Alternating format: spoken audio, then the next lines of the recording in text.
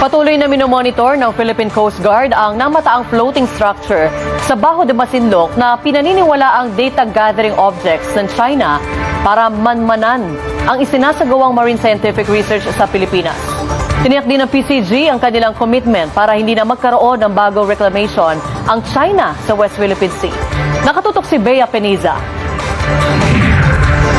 Basically, we see that in general, these are all data gathering activities of the People's Republic of China, the government of China.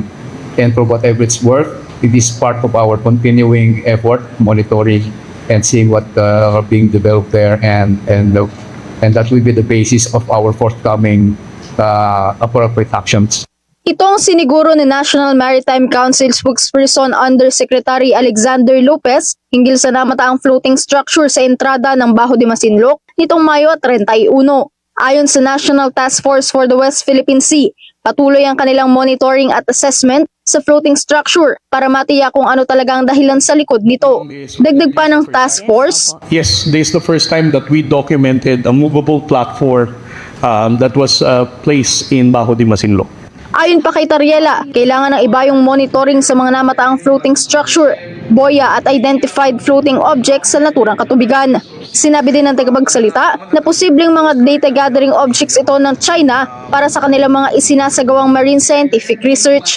Patuloy rin ng Philippine Coast Guard at ang mga katuwang na ahensya sa kanilang monitoring sa Bajo de Masinloc na siyang sakop na exclusive economic zone ng Pilipinas. Dagdag pa ni Tariela, tuloy-tuloy ang kanilang mga operasyon at maging ang kanilang monitoring para matiyak na hindi na magkakaroon pa ng panibagong reclamation ng China sa West Philippine Sea. The Commandant of the Philippine Coast Guard, Admiral Loni Hilgavan, as part of his commitment to the President and of course the Filipino people, is that we are still consistently carrying out routine maritime domain awareness flight over Bajo de Masinloc and challenging the presence of the Chinese government.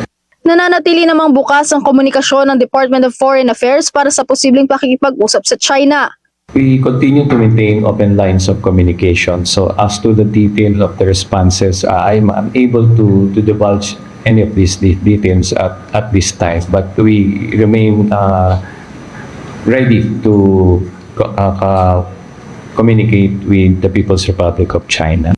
Samantala, nagbigay naman ng pahayag si Senator Jinggoy Estrada hinggil sa nadiskubring mga boya at floating object. Sinabi ni Estrada na seryosong usapin ng mga naturang istruktura, lalo na kung mapapatunayang nakakaapekto ito sa maritime entitlements at maging sa sovereign rights ng Pilipinas sa lugar.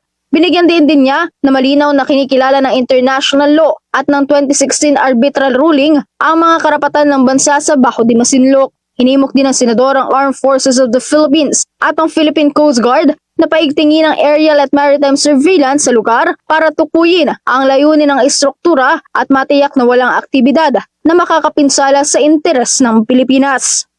Bea Peniza, IBC News.